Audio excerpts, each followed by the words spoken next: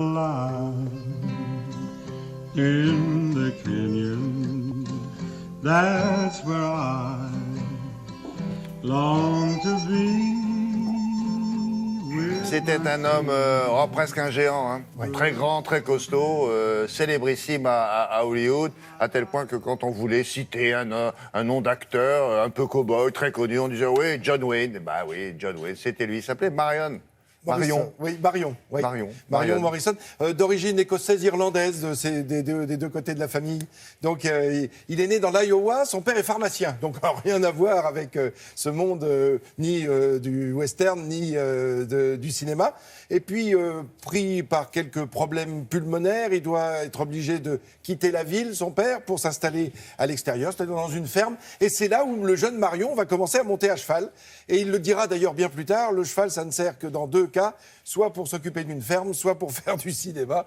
Donc il monte à cheval, il apprend à tirer aussi, à tirer au fusil. Donc tout ça lui servira professionnellement. Parce que figurez-vous que à la campagne, les sous se font rares, donc il va falloir réintégrer la ville, il va falloir se réinstaller comme pharmacien. Et tout cela, ça va se faire du côté de Los Angeles, ce qui va pousser évidemment le jeune Marion à hanter les premiers grands studios de cinéma. Parce que quand il réintègre cette ville, nous sommes en 1914-15, il a 7-8 ans, il est de 1907. Donc très vite, ça va le fasciner, il va commencer à traîner. Et figurez-vous qu'il y a un certain William Fox qui va créer le plus grand studio de cinéma existant, qui va créer la Fox, donc le célèbre producteur de cinéma. Et il va s'y présenter comme étant il va servir notamment comme figurant, bien sûr, ça c'est devant la caméra, mais aussi comme accessoiriste. Je vous propose de regarder des images. Et on y reviendra, on regardera l'image juste après, si vous voulez bien. Parce que ça y est, le sujet est parti. Alors, on va le voir évidemment dans différentes situations. Il a beaucoup joué des hommes de guerre dans sa carrière et ça l'a gêné, il l'a avoué, parce que figurez-vous qu'en 41-42, au moment de la déclaration de guerre, au moment où les Américains entrent en guerre, les Américains n'ont pas accepté qu'il devienne soldat, si je puis dire, qu'il défende son pays. Ça l'a beaucoup vexé. Pourquoi ? Il était père de famille, 4 enfants, et il avait 37-38 ans. Non, on n'a pas... Dispensé ? Oui, absolument. Et ça l'a beaucoup embêté. Et après, il expliquait en disant comment est-ce que je peux diriger des acteurs dans un film de guerre sans jamais avoir moi-même fait la guerre. Donc, on le voit aussi, évidemment, dans différentes situations. Maureen O'Hara, c'est l'actrice qu'il a préférée, avec laquelle il a adoré jouer pendant toute sa carrière. On lui doit, ou en tout cas il a tourné plus de 130 films. Le premier à lui avoir fait confiance, c'était John Ford. Le deuxième, c'est cet homme que l'on vient de voir citer, Howard Hawks, qui lui propose des westerns de tout premier plan. Et c'est là où évidemment il va se faire connaître et reconnaître par les Américains, qui le considèrent parmi le quatuor d'acteurs les plus connus, les plus respectés, les plus appréciés à son époque. Autour de lui, il y avait quand même 3 autres personnes, et pas des moindres, des acteurs. Il y avait Humphrey Bogart, Clark Gable et Gary Cooper. Donc voilà, il était parmi les 4, là on le voit avec Dean Martin à ses côtés. Un des premiers films où Dean Martin apparaît comme un homme alcoolique. Ce qui était rare pour lui. Ouais. Et là, alors là, évidemment, seul Oscar qu'il reçoit des mains de Barbara Streisand. Oscar décerné en 1970 pour l'acteur qu'il est. Et puis là, c'est son grand copain, Ronald Reagan. Et on avait proposé, figurez-vous, à John Wayne d'être le candidat républicain en 1968 pour l'élection présidentielle. Il a dit non, jamais un acteur ne deviendra président des États-Unis, ça n'est pas possible. Eh bien, il n'a pas eu le temps de voir son copain Reagan devenir président, mais 40e président des États-Unis. Là, il le soutenait en fait quand il voulait être gouverneur de Californie, Reagan, en 66. Oui, il faut expliquer aussi, parce que ça, je pense que les Français ne le savent pas, à moins d'avoir lu des bouquins sur lui. C'était un républicain pur et très, très dur. Très conservateur et très anticommuniste. Très anticommuniste. Oui. C'est un homme qui, notamment, s'était battu contre un de ses camarades scénaristes, Dalton Trumbo. Ah oui. Il avait fait beaucoup de mal. Et Edward Dmytrik aussi, qu'il avait beaucoup traîné dans la boue, qu'il considérait comme... Parce qu'il avait des activités syndicales aussi. Oui. Alors, en fait, c'est cette fameuse commission, vous savez, des affaires anti-américaines de 1947. C'est au lendemain on soupçonnait toutes sortes de gens d'être communistes. Oui. Alors, on dressait des listes. Il a dressé des listes. Oui, il a fait partie de ceux qui se sont attaqués justement Alors là, on le voit comme réalisateur. Et là, oui, Fort Alamo. Il a été 2 fois pour Alamo, on le voit sur la caméra. Et puis après, pour les Bérets Verts, là encore, un engagement en politique, puisque les Bérets Verts, ils soutenaient l'intervention américaine au Vietnam. Merci beaucoup. Merci. Avec Marie-Mme Chedou. On reste dans le cinéma. Vous allez voir, là, c'est l'actualité des sorties en DVD avec au programme cette sélection. 3 histoires d'amour dans des genres très différents.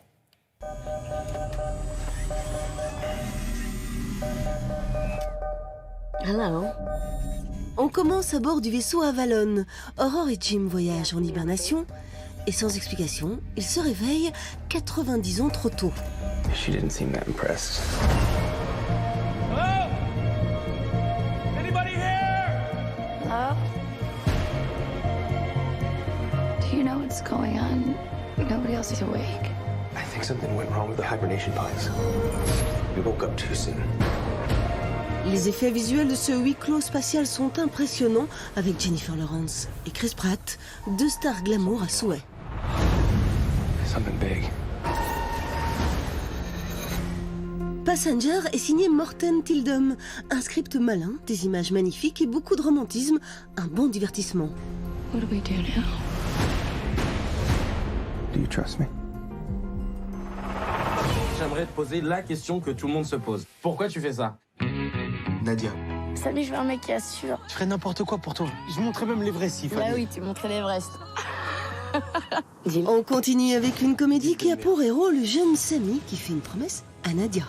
Kilimanjaro, dans la face nord. Un peu toutes les faces. Mon boulot, c'est de vous emmener en haut. Sérieux, jamais on s'arrête là. Mais qu'est-ce que je fous dans cette galère, putain? J'espère que tu es fier de toi. Pourquoi tu lui as dit de partir là-bas? Inspiré du livre de Nadir Dendoun, ce premier long métrage tendre, cocasse et poignant révèle Ahmed Silla qui offre à ce film une bonne humeur. Et puis un grand big up à tous ceux qui me soutiennent. Au quartier et ailleurs. Ah mais c'est où l'Everest en fait? Normalement c'est vers l'est. Everest. L'Ascension est signée Ludovic Bernard, à la fois comédie sentimentale et film d'aventure. C'est une agréable surprise. Nadia, c'est moi. Je t'ai dit que je ferais n'importe quoi pour toi. Bah ça y est. Je crois que je suis vraiment en train de faire n'importe quoi. You're fired. I mean, that's what you're saying, but it's not what you mean. What you mean is... You're fired. On termine avec 2 doux rêveurs. Elle est une actrice débutante et lui un pianiste de jazz un peu prétentieux. I'll admit, I was a little curt. Curt? Okay, I was an asshole. Ils tombent amoureux à Los Angeles. You don't have a break coming up, do you? I'm off in 10 minutes. Après Whiplash, Damien Chazelle réussit une formidable comédie musicale avec Ryan Gosling et Emma Stone. Un duo au charme fou. La La Land est une merveille de cinéma doublée d'une magnifique histoire d'amour. À voir ou revoir, évidemment.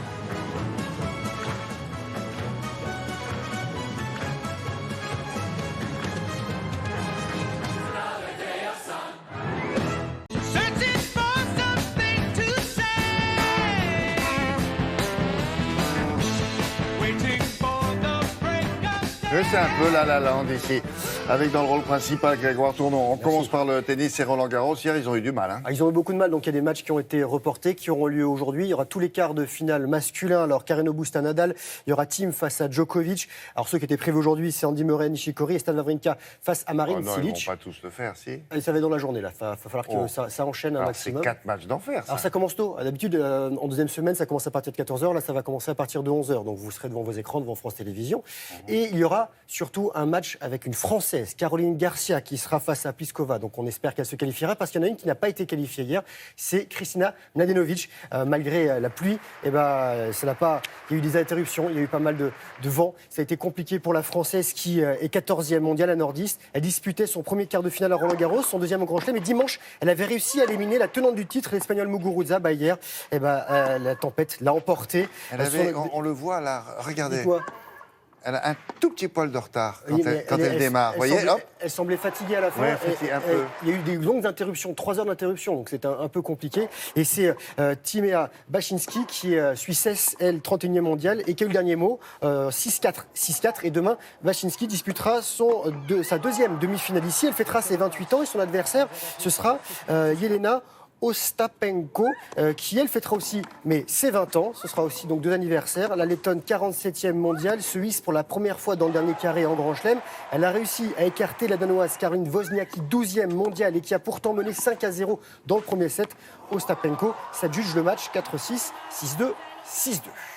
Tape fort, cette petite jeune. Elle est beaucoup moins connue que les autres. Ouais. Voilà. Donc on en aura une. C'est l'école de l'Est, ça. On ne les connaît pas assez, ces filles. Très fortes, ces filles de l'Est. Ouais. Bon, qu'est-ce qu'on a d'autre? On a du basket avec des playoffs, c'est le championnat de France, ce sont les demi-finales. Et il y a 2 clubs qui sont à égalité, Strasbourg et Villeurbanne. Regardez, et le propriétaire de Villeurbanne, vous le connaissez, c'est Tony Parker. Tipeee, le géant de la NBA, qui boite parce qu'il s'est blessé, lui, en match avec les Spurs. Il est président de l'Asvel et il a vu son club qui est en vert se faire battre par les Strasbourgeois en rouge qui reviennent à 2 victoires partout. Des Strasbourgeois qui s'imposent 68-64. Match décisif, ce sera vendredi en Alsace. Strasbourg qui s'impose pour offrir une 5e finale consécutive. Ça, c'est le critérium du Dauphiné entre le Chambon-sur-Lignon en Haute-Loire et Tullin en Isère. William, victoire de ce garçon, il s'appelle Baumann, il a 23 ans, il est belge, néerlandais. Et il ouvre son palmarès, lui il est belge, il s'appelle De Gant, il est leader au général. William, je vous propose de revenir sur le tennis avec des futures stars du circuit en parallèle de Roland Garros, se disputer à la Défense les Longines Futures Tennis Aces, tournoi qui oppose 20 jeunes de moins de 13 ans de 20 nationalités différentes. Ça, c'est la finale entre le Polonais Martin Pavelski qui a gagné face au Hongkongais Chad Coleman. 12 ans. Et ils avaient le droit de jouer avec messieurs Agassi et Alex Correggia. Voilà, c'était un petit peu le cadeau pour ces 2 jeunes garçons, un match exhibition. Et il y avait un garçon, un Français qui s'appelle César Bouchelagen, qui a 12 ans. Ah oui. Alors, il s'est arrêté en quart de finale, ce jeune garçon. Il a 12 ans et il est en première S. Voilà, ça fait réfléchir certains jeunes. Apparemment, c'est une famille de surdoués. On va essayer de les rencontrer. Il a des frères qui sont aussi doués que lui. Donc c'est pour ça qu'on va aller faire un petit tour chez eux, ça serait bien. Dans la famille. 12 ans, il est en première. Et en plus, il est classé 3-6e, il me semble. C'est un monstre. Voilà. Non, je veux dire, Tony Parker, il est propriétaire du club de Villeurbanne ou simplement le directeur? Non, il a des parts, il a des grosses parts et il est président. Voilà, il a un pourcentage, il est actionnaire. Il est actionnaire du club et président. Et président. Merci beaucoup. On termine avec la voile. Oui, c'est la solitaire du Figaro. Ça se passe en ce moment. C'était la première étape. Regardez l'étape de 420 000. Première étape donc entre Pauillac et Rijon en Espagne. Ça fait à peu près 800 km. Départ dimanche, arrivée cette nuit. 2 jours, 7h, 31 minutes pour victoire de Nicolas Luneven, vainqueur au général en 2009 et 3e 2012, 2016. Il a 13 minutes d'avance sur son premier poursuivant. La prochaine étape, ce sera entre Rijon et Concarneau. Ça partira ce week-end. Et les bateaux font 10 mètres. Je vous propose de découvrir d'autres bateaux pour terminer. On change d'embarcation avec les bateaux futuristes de la Louis Vuitton Cup, épreuve éliminatoire de la Coupe de l'Amérique. Ça se passe aux Bermudes. Demi-finale des Challenger, 40 km/h de vent. Et regardez ce qui s'est passé pour Emirates Team New Zealand qui a piqué du nez. Alors, plus de peur que de mal pour l'équipage, ils s'en sortent bien. Qu'est-ce qui s'est passé? Il a planté. Il y avait beaucoup de vent. C'est des bateaux qui peuvent atteindre 70 km/h. Des bateaux avec, c'est même pas une voile, c'est une aile rigide, William. Ça va très vite. Et les grinders qui sont sur les côtés, ils ne sont pas restés coincés. Ceux qui sont grinder. Ça veut dire quoi? Grind, à la manivelle. Qui tourne les winches. Exactement. Il n'a pas sorti suffisamment ses foils. Il était à ça vole à 1,50 m, 2 mètres au-dessus de l'eau. Voilà. On pourrait un petit peu les Bermudes aussi? Peut-être pas, mais s'ils font ça dans le bassin, là, ici, ça serait bien. Sur la Seine, moyen. On enchaîne avec Sophie Pignal et l'actualité dans le port. On va vous présenter des jeunes gens, ils ont entre 20 et 27 ans, vous les voyez là. Ils sont codeurs, ils sont informaticiens ou spécialistes de la communication sur Internet. Ils sont tous colocataires de la même maison. Pourquoi? À quoi ça sert? Regardez.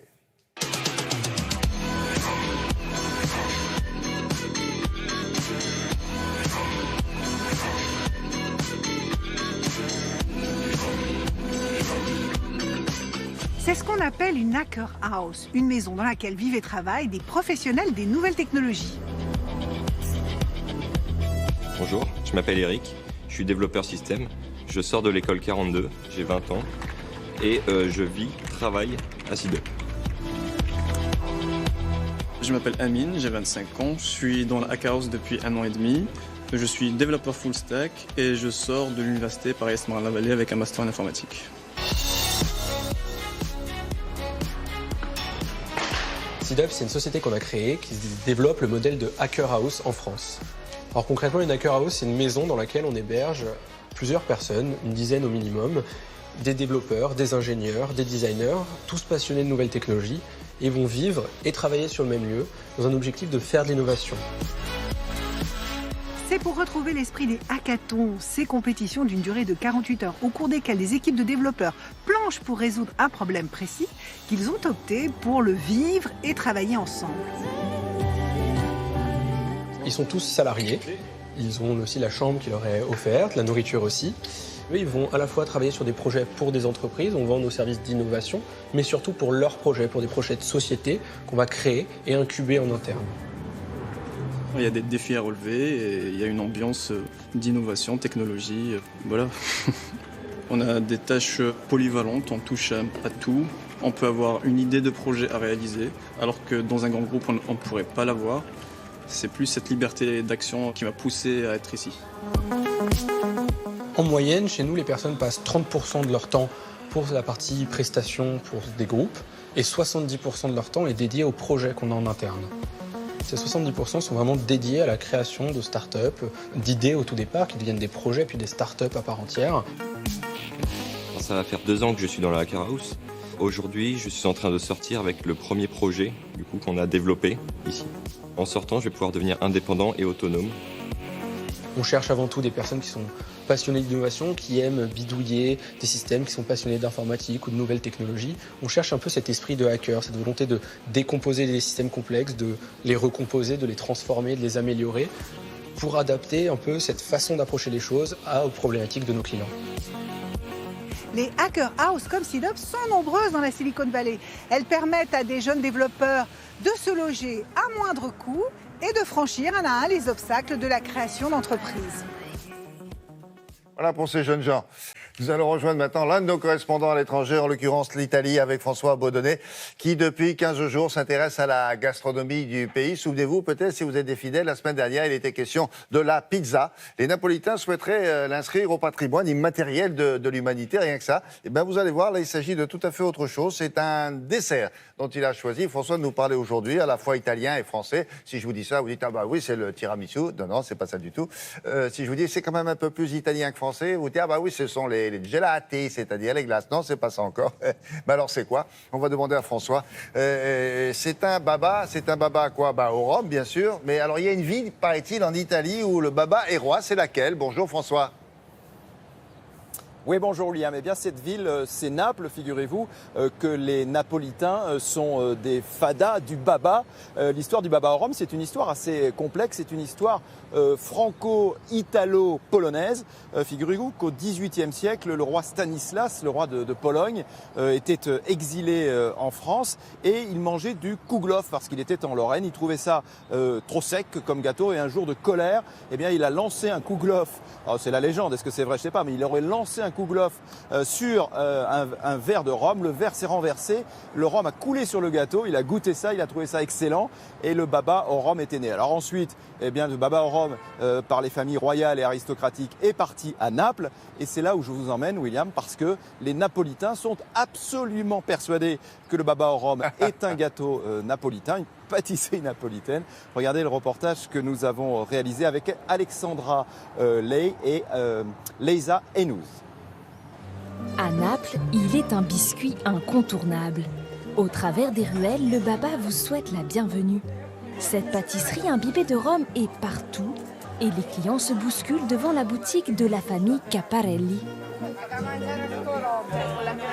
Mais au fait, d'où vient le baba? Alors le baba au rhum, à mon avis, vient d'un pays plutôt asiatique ou musulman. Non, je ne pense pas. Le baba, c'est napolitain. Et la bonne réponse vient de ces napolitaines. C'est polonais, l'origine est polonaise. Mais il a été amélioré ici à Naples.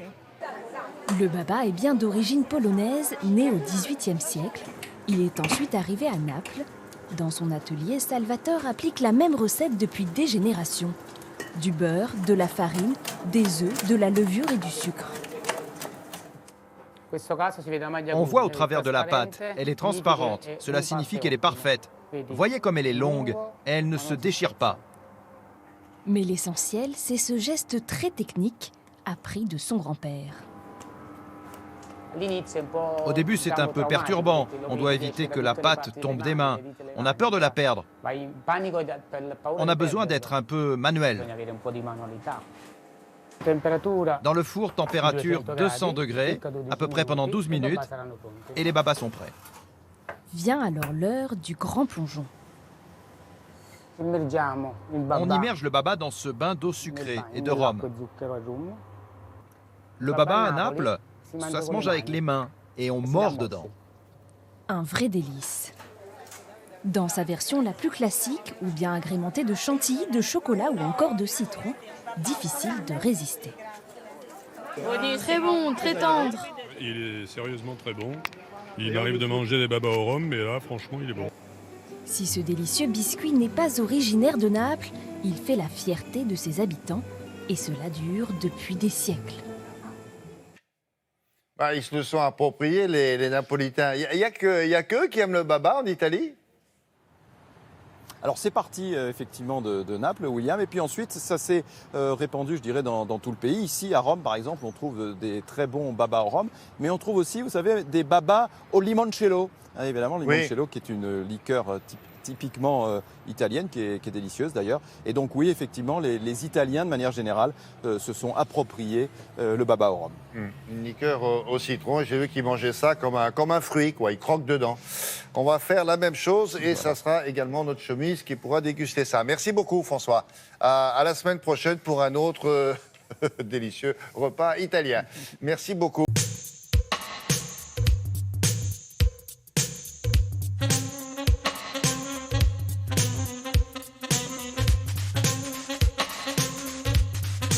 Vous êtes des lecteurs du Canard enchaîné, comme tous les mercredis, vous aimez la page 2, parce que la page 2, on apprend des choses que l'on ignore, nous, braves gens. Et là, il s'agit de qui? De Sarkozy et de Macron.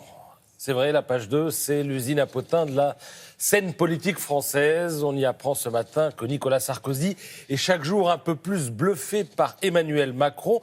Il trouve qu'il fait un sans faute. S'il ne commet pas les erreurs que j'ai faites, il va aller très loin. On ne pourra pas l'arrêter, dit l'ex-président qui précise qu'avec l'âge, il est devenu modeste et le prouve. Macron, dit-il, c'est moi en mieux. Alors en mieux, je ne sais pas, mais en plus discret, c'est une évidence.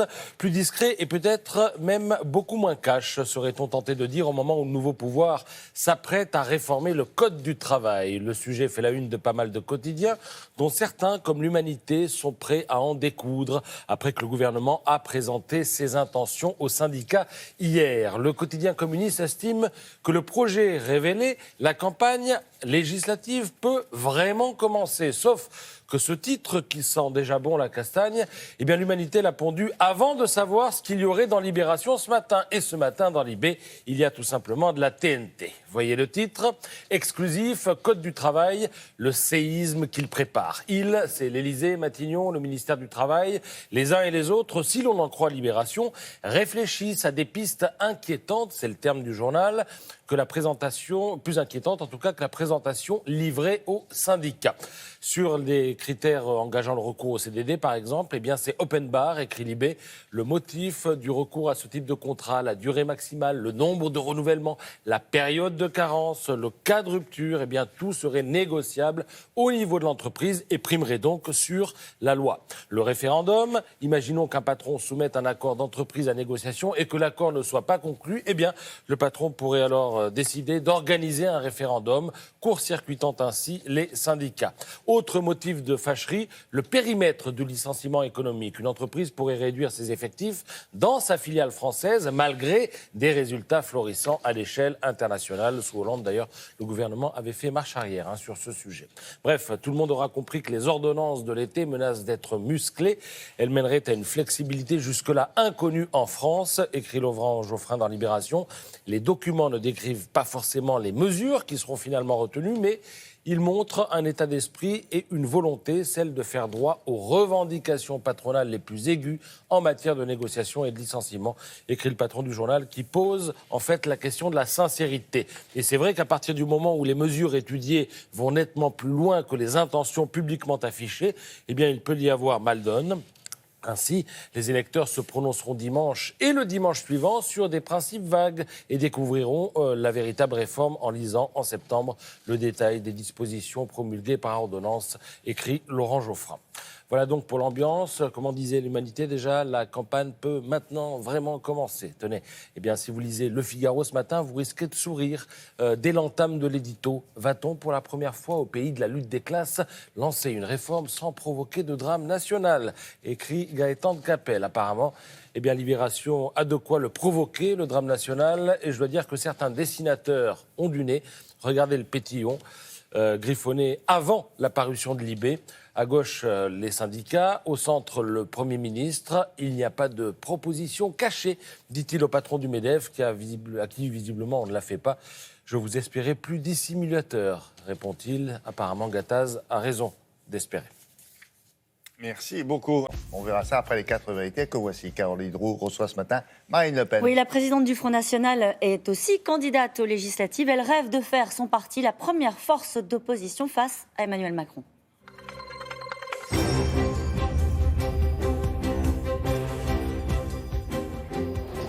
Bonjour Marine Le Pen. Bonjour. Un homme qui se présente comme un étudiant algérien de 40 ans a blessé un policier au marteau devant le parvis de Notre-Dame. On vient de le voir dans les journaux. Il a dit agir pour la Syrie.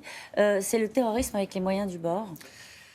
Oui, bien sûr, c'est le terrorisme avec les moyens du bord et puis avec des soldats du fondamentalisme islamiste qui sont sur notre territoire, qui sont recrutés sur notre territoire en partie, quand ils ne viennent pas au travers des flux de migrants, comme ça a été le cas pour le Bataclan, et qui se nourrissent de cette idéologie qui pullule en France sans que le gouvernement, ni celui-ci, ni l'ancien, ne mettent en œuvre les moyens pour pouvoir éradiquer ce fondamentalisme islamiste. Éradiquer une idéologie. Éradiquer l'idéologie. Et donc dissoudre les associations qui s'en font les vecteurs.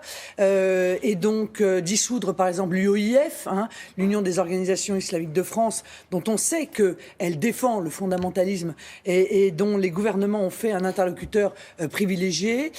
S'attaquer à l'idéologie des frères musulmans, qui, elle aussi, pullule, et puis couper les sources de financement, notamment, nous l'avons réclamé depuis de nombreuses années, celles provenant du Qatar, alors même que la classe politique française est très imprégnée par des relations qui sont pour le moins critiquables avec ce pays.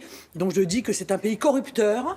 Et d'ailleurs, une des premières choses que nous ferons, c'est réclamer une enquête parlementaire sur les relations qui peuvent exister entre un certain nombre d'élus et ce pays qui est le Qatar, qui est aujourd'hui mis au banc par un certain nombre de pays musulmans. Donc j'imagine que vous avez dû être satisfaite d'entendre François Bayrou dire qu'il faudrait revenir sur les avantages fiscaux qui avaient été accordés en 2007 par Nicolas Sarkozy aux Qatariens. Évidemment, nous le réclamons depuis longtemps, ce sera fait, qui ont d'ailleurs été maintenus par François Hollande et donc, par Emmanuel Macron, car il était ministre de l'économie, me semble-t-il.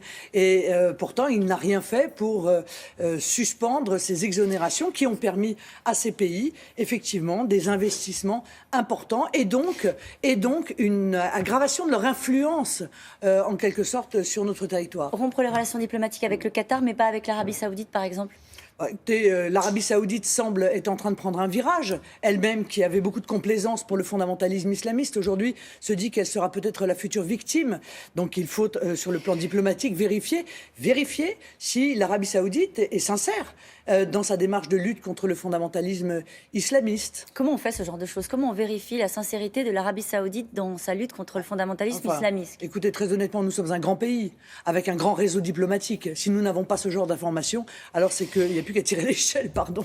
Un mot sur le terrorisme pour finir. Ce matin, le président va mettre en place une cellule de coordination. Il avait appelé ça aussi task force, reliée directement au président de la République pour mieux faire face à la menace terroriste. Vous dites quoi ? C'est un gadget ? Vous dites c'est mieux que rien ? C'est pas si grave ? Non, c'est un gadget. C'est un gadget qui va en réalité créer un niveau supplémentaire par rapport à un système français qui est déjà complexe et qui pourrait être plus efficace. Mais surtout, je m'interroge, moi, parce que ça fera 10 personnes. Parce que un peu plus, non ? Entre 50 et 60 ce Non mais matin. d'accord, mais 50 ou 60, c'est pas 365 jours sur 365 jours, 7 jours sur 7 et 24 heures sur 24, comme la loi travail ne permet pas de faire travailler des gens comme ça de manière ininterrompue, enfin en tout cas pas encore, et Dieu merci, ça fait donc une dizaine de personnes, c'est donc effectivement dérisoire. Mais on n'expulse pas les fichiers S étrangers ? On ne maîtrise pas nos frontières, même si M. Macron a, semble-t-il, un discours qui évolue sur ce sujet par rapport à la campagne présidentielle. On laisse entrer les flux de migrants en ayant négocié d'accepter à nouveau des migrants supplémentaires avec Mme Merkel. On ne fait pas tout ça. Encore une fois, on ne s'attaque pas à la racine du mal, comme d'ailleurs l'a exigé Theresa May, qui a eu un propos, je ne peux pas dire courageux, puisque en l'occurrence c'est le Front National qui a été le seul à avoir ce propos-là, en disant mais c'est le multiculturalisme et le communautarisme qui a permis le développement du fondamentalisme islamiste sur notre territoire. C'est donc à cela également qu'il faut s'attaquer. La laïcité n'a pas permis de l'éviter non plus. Mais la laïcité a reculé de manière spectaculaire dans les dernières années et elle continue d'ailleurs à le faire. Par conséquent, on ne peut pas s'appuyer sur la laïcité. Aujourd'hui, la laïcité, elle a été mise au banc. Écoutez, est-ce que vous voyez, est-ce que vous avez vu quand même l'intégralité de... On ne peut pas appeler ça des faits divers, on peut appeler ça des faits de société, où des femmes sont interdites de café, où dans un certain nombre de quartiers, les femmes n'osent même plus traverser ce quartier parce qu'elles sont harcelées. Est-ce que vous croyez sincèrement que la laïcité se porte bien dans notre pays aujourd'hui ? Non. Et je crois qu'avec Emmanuel Macron, ce sera encore pire, car il a une vision, pour le moins, extrêmement floue de la laïcité. Le gouvernement a présenté, vous ne l'avez pas, je suis sûre que vous l'avez vu, a présenté son programme de travail pour les 18 prochains mois, droit du travail, assurance chômage, retraite. Vous vouliez avoir le menu avant les législatives, vous l'avez ? Non. Non ? Ah non, je n'ai pas le menu.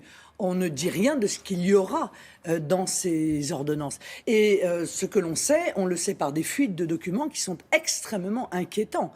Parce qu'en réalité, on s'aperçoit que Emmanuel Macron et son gouvernement prévoient la disparition du droit du travail, purement et simplement, permettant ainsi à chaque entreprise de déterminer la durée du travail, le travail de nuit, les indemnités et les conditions du licenciement. Donc on est exactement dans ce que nous avions annoncé, c'est-à-dire la déréglementation totale du droit du travail. C'est une feuille de route ultralibérale qui est d'ailleurs exigée par Bruxelles, notamment dans son dernier document du 22 mai.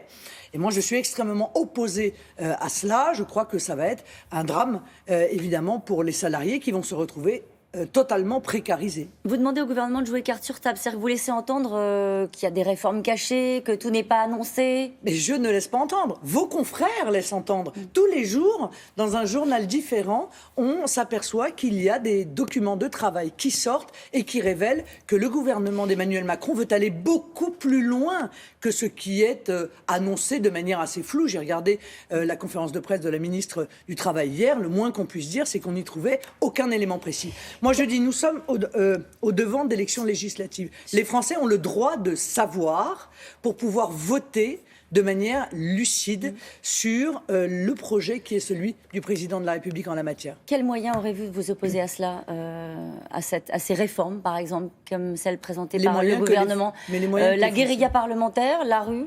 Mais les moyens que les Français nous donneront, moi je suis attaché à la démocratie et c'est la raison pour laquelle, avant d'aller voter, je dis aux Français, attention. Attention parce que on est en train de nous prévoir jusqu'à 400 députés en marche et par conséquent, il faut absolument qu'il y ait des députés de l'opposition, mais de la véritable opposition. C'est-à-dire ceux qui vont véritablement lutter contre la politique d'immigration massive, de naturalisation généralisée, parce que c'est ça aussi qu'ils nous prévoient, contre cette dérégulation totale en matière économique et sociale, contre la concurrence internationale déloyale, qui est la feuille de route d'Emmanuel Macron. Or, qui va le faire, à part les députés du Front National ? C'est sûrement pas, en tout cas, les Républicains. Parce que les Républicains, d'ores et déjà, ils vous disent « Ah, cette loi El Khomri puissance 1000, c'est merveilleux, on va la voter ». C'est le programme commun, en quelque sorte, En Marche, les Républicains. D'ailleurs, votre père, Jean-Marie Le Pen, dit qu'il faut une opposition radicale face aux dictateurs gentils. Emmanuel Macron, vous l'appelleriez comme ça ? Ce qui est sûr, c'est que les Français, ils ont déjà testé les pleins pouvoirs aux socialistes. Hein. Ils les ont testés avec le Sénat, l'Assemblée nationale, la présidence de la République, la plupart des régions avec François Hollande.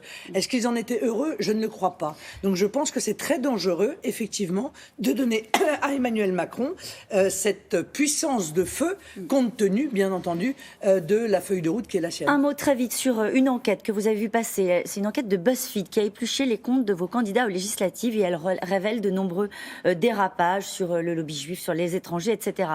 Quelle suite vous donnerez à cette enquête? Est-ce que, si vous constatez des dérapages sur les comptes sociaux de vos candidats, est-ce que vous en tirerez Madame, j'appliquerai exactement les mêmes règles que celles que j'ai appliquées à chaque fois. Mais permettez-moi de relever quand même le peu de sérieux de cette enquête, car je ne crois pas que de dire, après le Bataclan, que le terrorisme islamiste est venu avec les migrants soit un dérapage. Je ne pense pas que parler de pseudo-réfugiés soit un dérapage. Mais BuzzFeed, donc ils veulent faire du buzz, et pour faire du buzz, ils sont prêts à jeter par-dessus bord aussi la vérité. Vous n'avez rien vu de choquant dans ce qui a été révélé par BuzzFeed? Rien. Si, il peut y avoir des propos qui sont choquants, mais l'immense majorité, ce sont des considérations politiques qu'on a encore le droit en France d'évoquer, notamment, encore une fois, la possibilité d'une loi pour interdire les djellabas dans les écoles. Voilà. Tout ça ne me choque pas, je pense que ça fait partie du débat. Et quand vous serez choqué, vous prendrez des sanctions? C'était la question? Bien sûr, mais comme nous l'avons toujours fait. Merci beaucoup Marine Le Pen, c'est à vous William.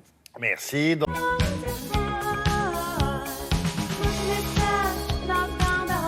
On va s'interroger ce matin avec Brigitte Fady-Cohen sur un livre qui vient de paraître et qui nous informe sur ce que l'on appelle les facteurs déclenchants des crises cardiaques. En fait, vous savez, c'est le petit truc en plus qui favorise l'arrivée de la crise en question. Hein, pour résumer, c'est ça ? Exactement. C'est-à-dire qu'on connaît bien maintenant les facteurs de risque de l'infarctus du myocarde ou de la crise cardiaque. Hein, c'est la même chose. Depuis des décennies, les pouvoirs publics et les médias nous informent parce qu'il faut prévenir ces facteurs de risque que l'on connaît bien, qui encrassent les artères, qui rigidifient les artères et qui font le lit des maladies cardiovasculaires. Donc le tabagisme, l'hypertension, le diabète, l'excès de cholestérol, le surpoids, l'obésité. Tout ça, on connaît bien. Mais on connaît moins bien, vous l'avez dit, ces facteurs déclenchants. C'est-à-dire ces événements qui tout à coup vont faire que la situation va basculer et que la crise cardiaque va survenir. C'est en quelque sorte la petite goutte d'eau qui fait déborder le vase. Et effectivement, donc un livre met en avant ces facteurs déclenchants parce qu'il y a énormément d'idées reçues sur ces facteurs déclenchants. Est-ce qu'un repas abondant peut favoriser, peut déclencher une crise cardiaque? Un jogging, une soirée trop arrosée, le fameux binge drinking, mais encore un stress important. Certains sports. Certains sports. Faire un jogging, est-ce que ça peut déclencher une crise cardiaque? Est-ce qu'un squash à un certain âge, ça peut déclencher une crise cardiaque? Et c'est l'acte sexuel, par exemple, beaucoup d'idées reçues aussi sur ce sujet. Donc, je vous propose de passer en revue toutes ces idées reçues sur ces fameux facteurs déclenchants des crises cardiaques.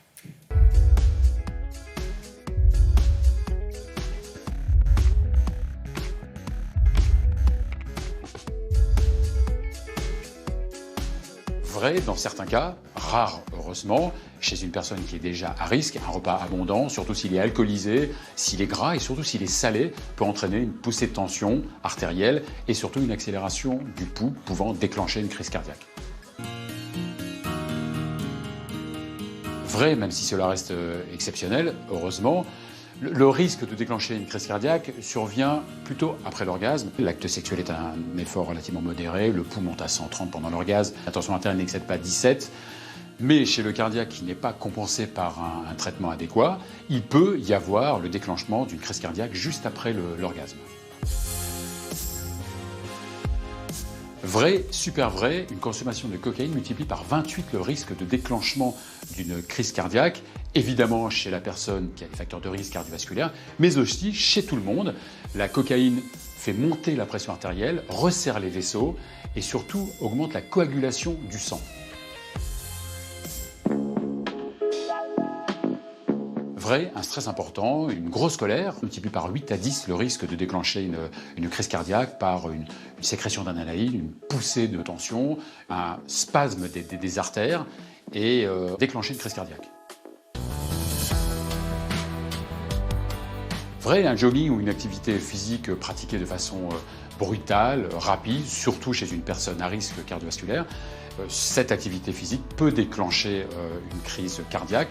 Alors le risque est encore plus élevé si l'on a fumé juste avant l'effort ou juste après l'effort, et encore plus si on pratique dans une atmosphère polluée. Vrai, le binge drinking, c'est boire au moins 3 verres d'alcool en moins d'1 heure. Cela augmente très rapidement la pression artérielle, ça resserre les vaisseaux, ça augmente la coagulation du sang et ça peut bien sûr déclencher une crise cardiaque. Bon, alors, vous disiez tout à l'heure les idées reçues, mais toutes les idées reçues que nous avons, elles sont vraies finalement. Finalement, oui, chez des personnes qui ont des facteurs de risque, Oui, bien facteurs sûr, de risque, qui bien ont sûr. voilà, ces facteurs de risque qui font le lit Non, mais c'est ça qu'il des faut faire maladies avant. Il cardiovasculaires. faut évaluer ces facteurs de risque. Voilà, prévenir les Et aller facteurs de voir les risque professionnels. et faire attention aux facteurs D'accord. déclenchants. Et si vous voulez en savoir plus, je vous conseille le livre du docteur Fabien Guèze, Comment avoir ou ne pas avoir une crise cardiaque, et c'est chez Hugo Doc. Merci beaucoup. Aujourd'hui, mercredi 7 juin, bloc-notes géant, bloc-notes culturel géant dans Télématin. Et on commence direction Venise. Vous l'avez peut-être reconnu cette musique-là. On rend hommage là-bas à un illustre enfant de la ville. Il s'appelle Antonio Lucio. Son nom, c'est tout simple. Et c'est même d'ailleurs dans le titre de l'exposition. Et Myriam va vous dire quel est ce titre. Génie et mystère.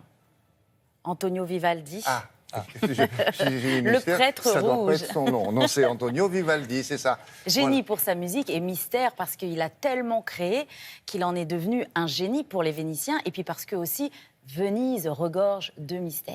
D'accord. Et l'exposition s'appelle Euh, s'appelle Vivaldi. Viva Vivaldi. Voilà. Viva Vivaldi. Voilà. Alors, je vous emmène effectivement au cœur de Venise, derrière la basilique San Marco, dans un cloître qui est aujourd'hui reconverti en musée, un musée d'art sacré. Alors, pourquoi est-ce que je vous emmène à Venise? Tout simplement parce que Vivaldi est né à Venise, il y a passé une partie de sa vie. Et pourquoi je vous emmène dans un cloître? Parce que Vivaldi était avant tout prêtre catholique avant d'être il était musicien. prêtre. Il était prêtre, Vivaldi. Il Bah, a tout le monde toujours sait été pas prêtre. ça. Ah bah oui, c'est pour ça que je vous dis que nous allons dans un cloître pour rendre hommage aussi à ce métier. Alors, il arrivait même à allier les deux. Parce que lorsqu'il Les deux. habitait à Venise, il donnait des cours de musique dans une institution religieuse, un Ouais. orphelinat, à des jeunes filles. Et d'ailleurs, avec ces jeunes filles orphelines, il a créé des orchestres et des concerts.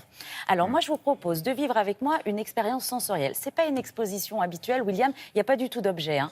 Moi, je vous propose de vivre la sensation Vivaldi, c'est-à-dire que à travers des vidéos et des projections. Vous savez, le mapping, les Français sont très forts avec le mapping. C'est ces projections vidéo qui habillent les murs des monuments et qui épousent parfaitement les formes. Donc voilà ce qu'on fait dans ce cloître. Ils ont habillé de projections vidéo l'œuvre et l'art de Vivaldi, évidemment à l'appui de sa musique, hein, puisqu'il a écrit à peu près 600 pièces. Donc je vous propose d'aller à Venise.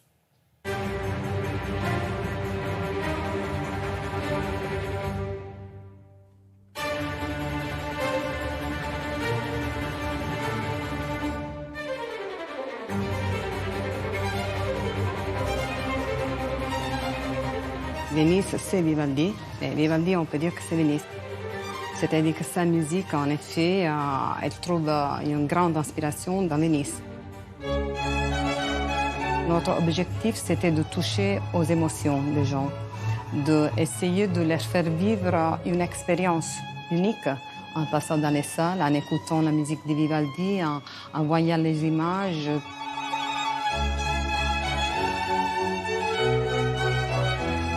Le voyage poétique et d'images et de musique qui est dans le cloître et sur la salle est un voyage dans le mystère du génie de Vivaldi.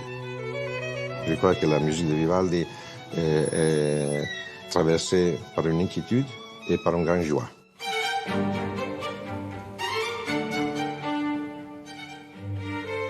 Là, c'est un peu les imaginaires de Vivaldi. C'est un peu, disons, la confusion aussi d'images qui étaient dans sa tête au moment qu'il composait. En regardant ces partitions, par exemple, on se rend bien compte de cette frénésie, d'une écriture incroyable. Pour nous, c'est un génie. C'est pour ça aussi que nous, on aime parler du mystère de Vivaldi. Et son mystère, justement, ça vient de son rapport avec Venise, avec l'eau et avec tout ce qu'il voyait autour de lui. Vivaldi avait un problème de santé. Il n'arrivait pas à bien respirer.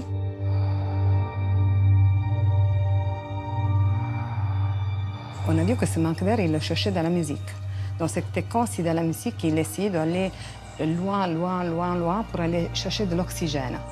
Et donc, disons, sa musique est un peu sa respiration. C'est comme si à travers sa musique, il arrivait à mieux respirer. Alors, les 4 saisons, on a dit que c'est le concert le plus exécuté au monde. C'est là qu'on retrouve de façon importante ce rapport avec la nature. Vivaldi savait que la nature n'est pas parfaite. Il a communiqué cette inquiétude dans la relation avec la nature. Pour ça, je crois que Vivaldi, c'est le musicien du XVIIe siècle qui va parler plus profondément à l'homme d'aujourd'hui et l'homme du futur. Vous avez vu une reproduction du visage d'Antonio Vivaldi. Alors, on lui met des cheveux rouges, mais c'est pas par hasard. Non, parce qu'il était roux, donc on l'appelait le prêtre rouge. Et ce qui est très intéressant, c'est qu'on apprend, quand on regarde ses partitions, il y a énormément de notes. Et tout ça, c'est vraiment dû à son manque d'air. Il avait des problèmes respiratoires et on a l'impression, en regardant ces notes de musique, que ces notes manquent d'air également. Donc c'est vraiment lié à sa maladie, la manière dont il composait la musique. Et puis, juste quand même une petite info, si jamais vous avez la chance d'aller visiter l'expo, vous aurez aussi le droit à l'odeur. C'est-à-dire ? Eh bien, lorsque on diffuse la musique les 4 saisons, on peut sentir les fleurs lorsqu'il y a le printemps diffusé sur les murs, les feuilles mortes pour l'automne, etc., etc. Donc c'est vraiment une expérience sensorielle.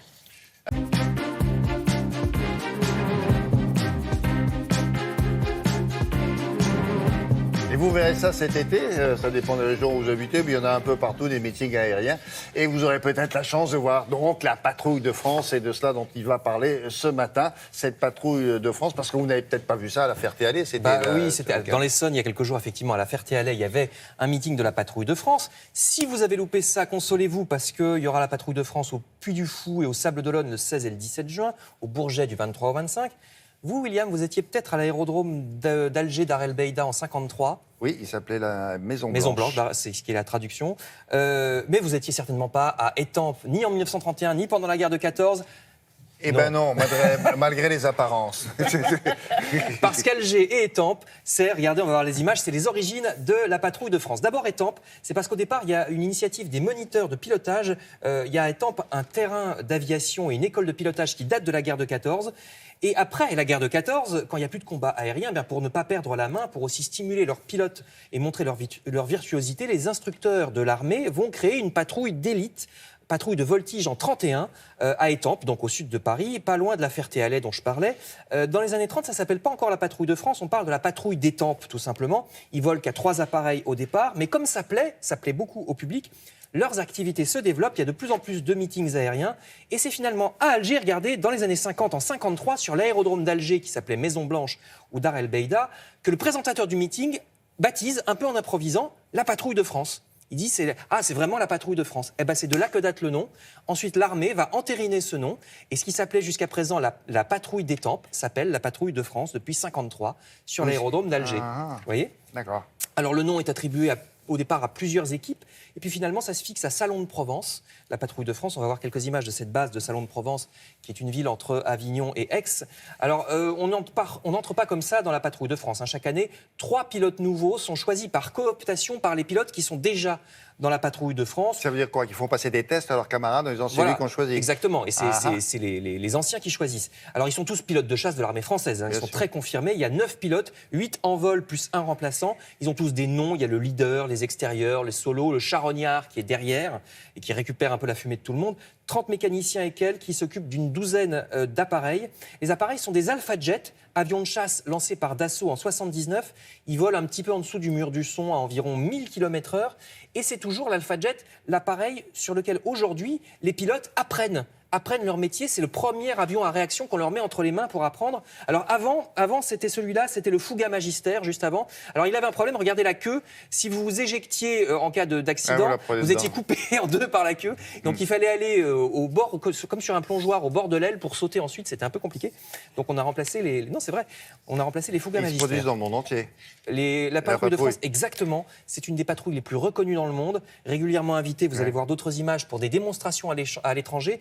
Il y a eu, là c'est au-dessus de Manhattan, il y a eu toute une campagne de démonstration, là c'est quelques mois derniers en Amérique du Nord. On va voir également au-dessus du Grand Canyon cette même patrouille de France dans l'Ouest américain. Ça fait toujours de très très belles images. Voici le Grand Canyon, à l'envers et à l'endroit. Alors il y a, chaque acrobatie a un nom, hein, le canard, la fusée, le croisillon, le diamant.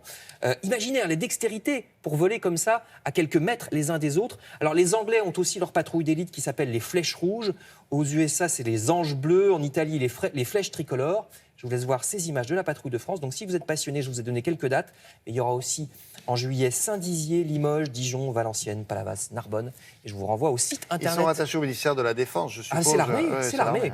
Ah, je vous envoie sur le site internet de la patrouille de France qui donne toutes les dates. Merci Frédéric.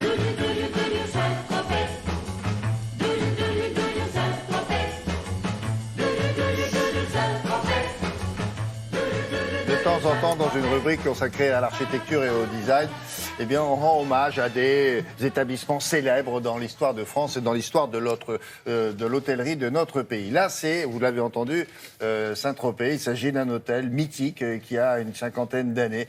Pile. Et qui, pour fêter cet événement... Alors, la décoration a été confiée, c'est pas à n'importe qui. Pas toutes les chambres, d'ailleurs.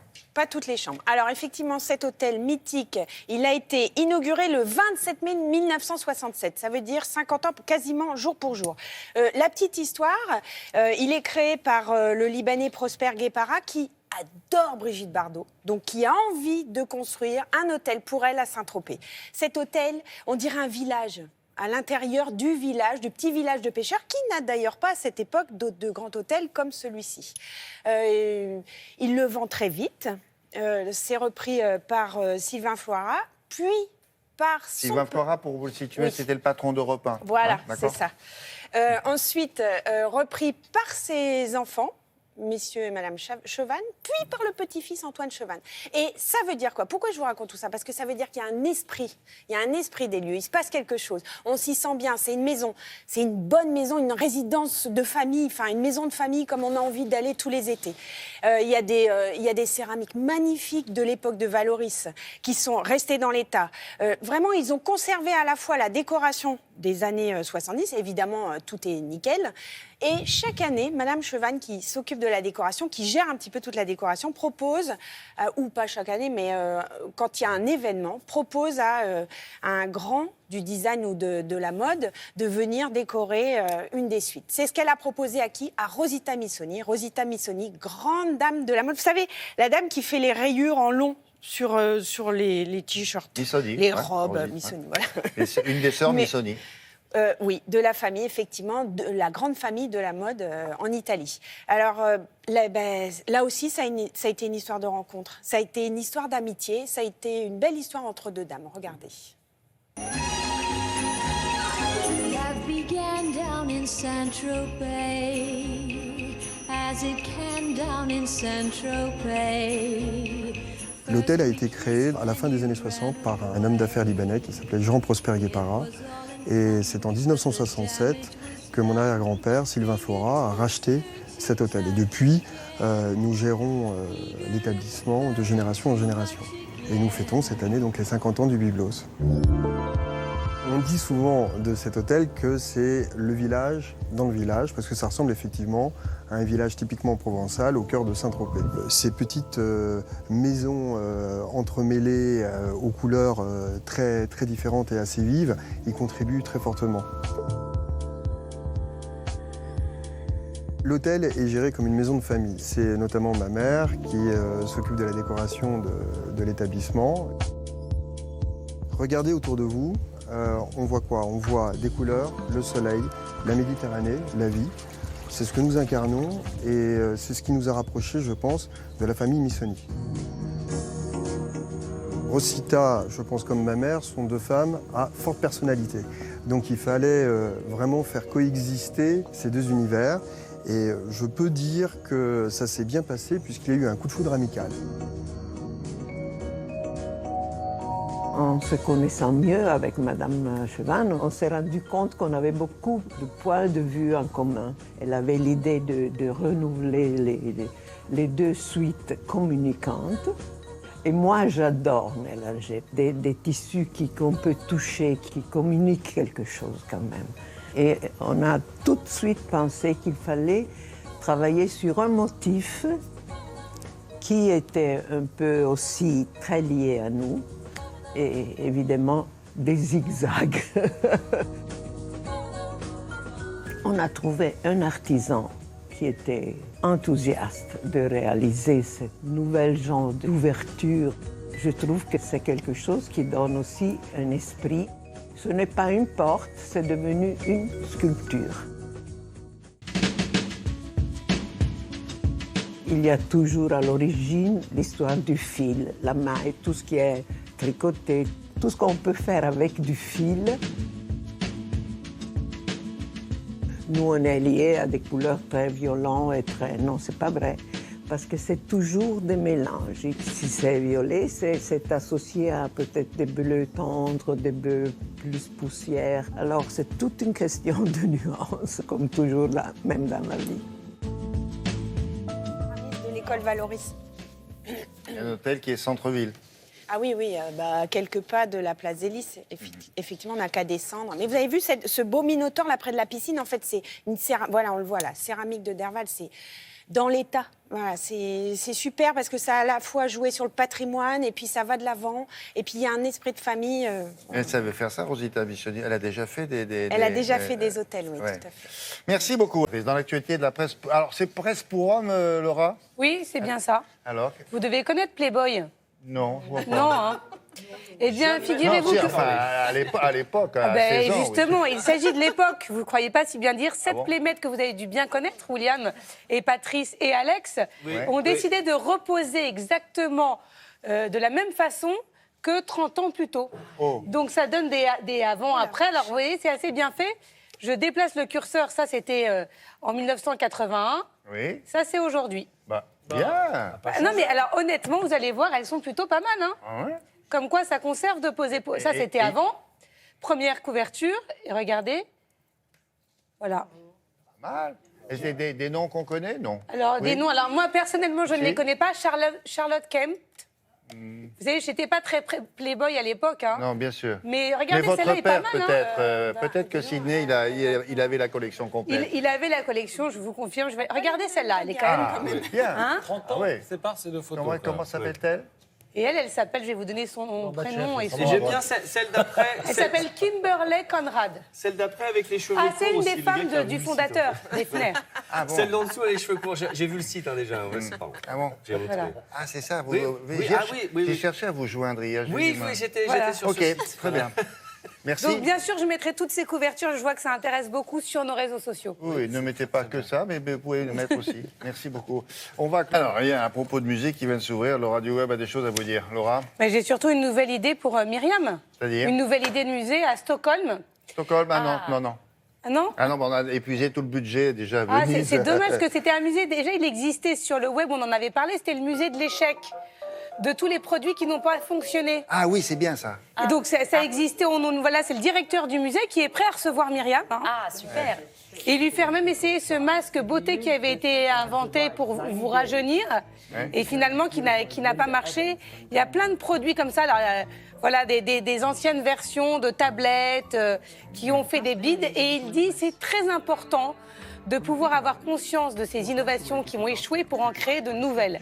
Et c'est vrai. Bon, finalement peut-être oui. Ah, merci. Peut-être oui. Hein. Merci, Laura. Mais je pense qu'il l'invite même à dormir chez lui, donc il n'y a pas de problème. On n'aura pas de frais d'hébergement.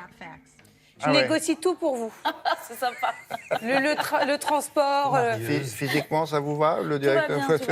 Non, mais elle est obligée de rien. C'est juste un petit logement chez l'habitant. C'est bien d'aller découvrir vous réglerez l'habitant. ça entre vous. Je ne veux pas le savoir. Débrouillez-vous. Merci beaucoup.